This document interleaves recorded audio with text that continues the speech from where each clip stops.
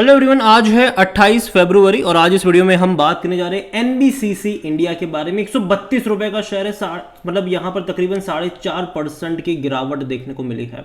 और देखा जाए तो पिछले एक महीने से ही यहाँ पर एक बड़ी रफ्तार आई ज़रूर थी। बीच में 170 रुपये पर ये गया था, बाद में लगातार गिरा, 124 पर आया था। ये अटेम्प्ट करा, कोशिश करी, 145 पे या वापस से अभी अगर आप देखोगे तो वही हो रहा है जो पिछले कुछ टाइम से कई सारी सरकारी कंपनियों के जो ग्राफ है वो ऐसे ही नज़र आ रहे हैं।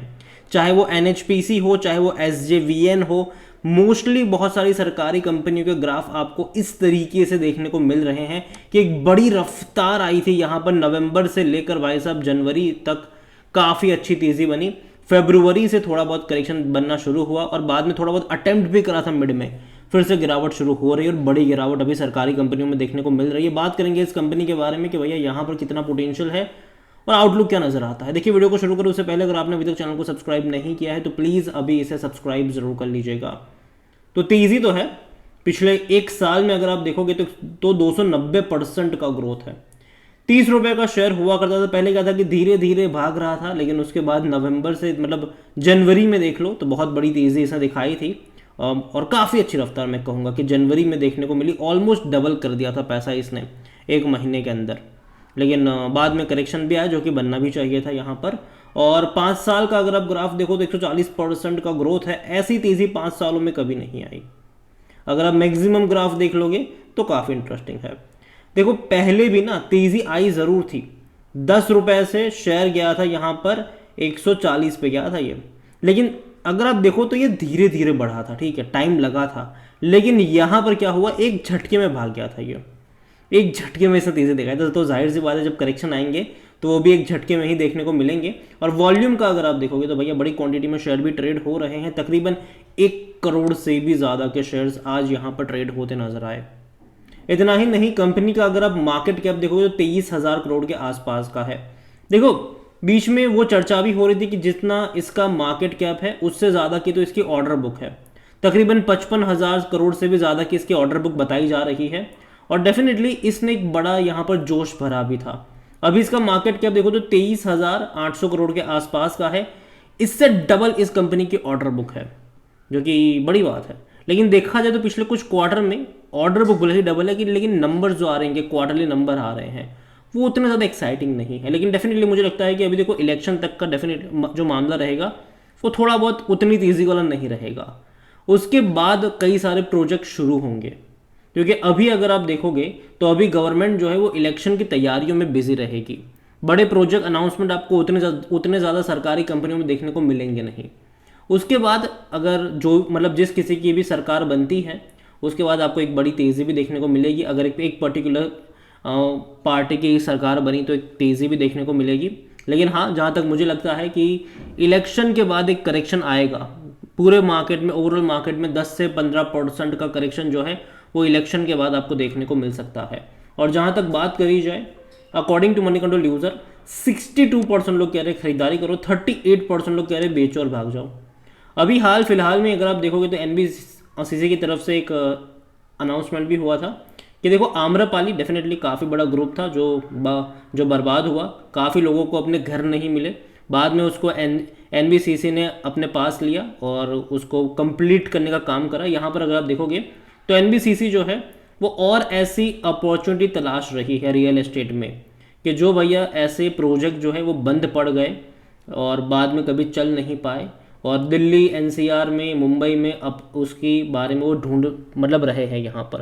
अब देखिए, after Amrapali NBCC is in talk with Haryana and Uttar Pradesh RERA authorities for more stress real estate project option to provide relief for home buyers.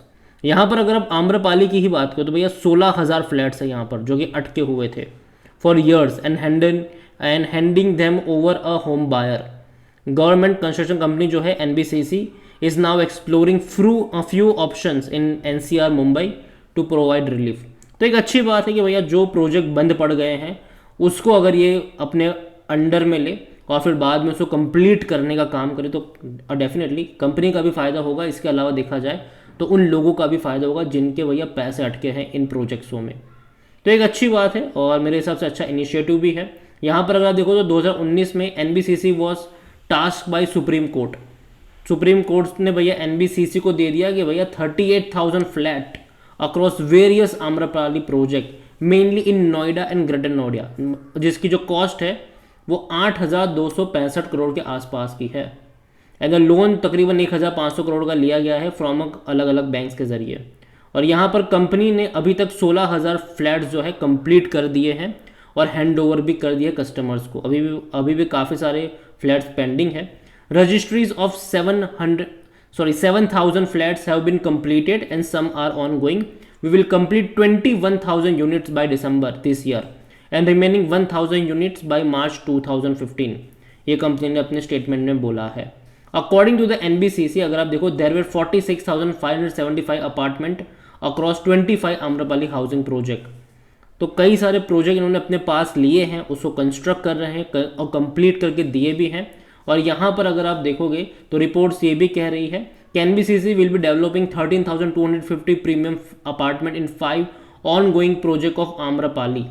तो आम्रपाली के जो प्रोजेक्ट अटके हैं उसको कंप्लीट ये कर रहे हैं और काफ़ी सारे इन्होंने कंप्लीट भी करे हुए हैं। और इससे इनका तकरीबन 15,000 crore worth revenues from this additional 13,250 flats which will develop 75 acres made available following the approval. तो ये बड़ी बात है। कई सारे बड़े प्रोजेक्ट है, कई सारी ऑर्डर बुक अगर आप देखोगे इनकी तो काफ़ी लंबी चौड़ी ऑर्डर बुक इनकी बन चुकी है इसी के चलते।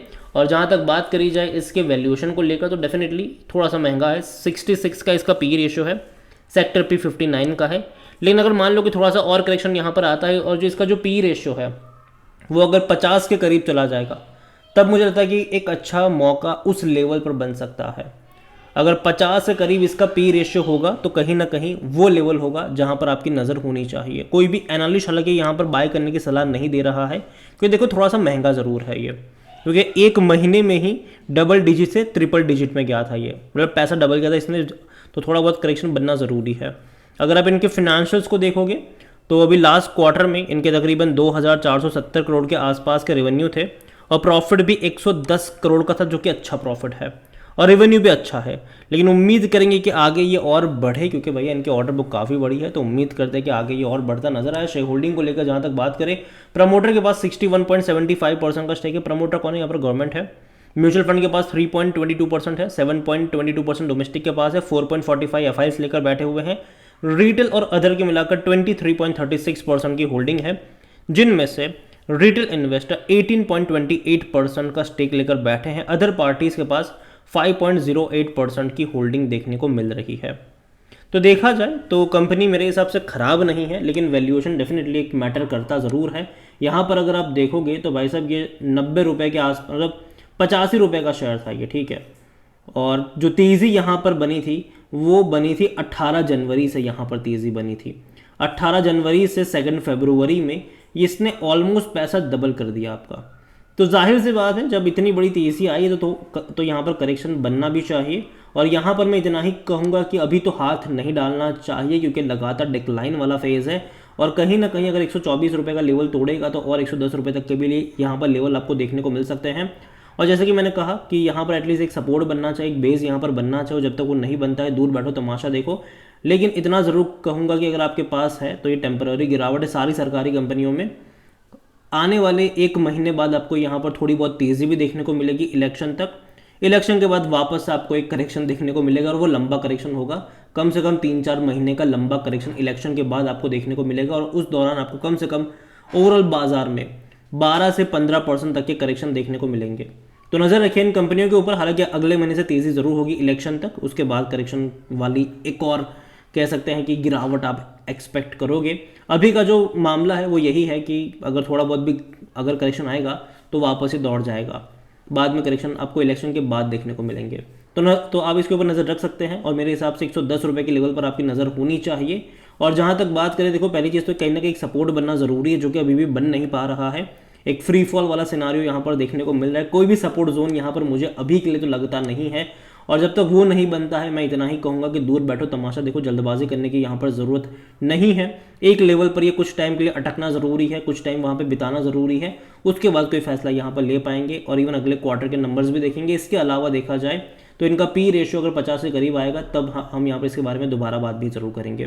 वीडियो को यहीं पे एंड करता हूँ। अगेन कोई बाय सेल रिकमेंडेशन नहीं है ये। वीडियो को अगर आपको पसंद आया हो तो लाइक करें, शेयर करें। चैनल में अगर पहली बार हैं तो प्लीज़ सब्सक्राइब करें। एनबीसीसी इंडिया के बारे में आप क्या सोचते हैं वो भी आप मुझे कमेंट में लिखकर बता सकते हैं। Thank you.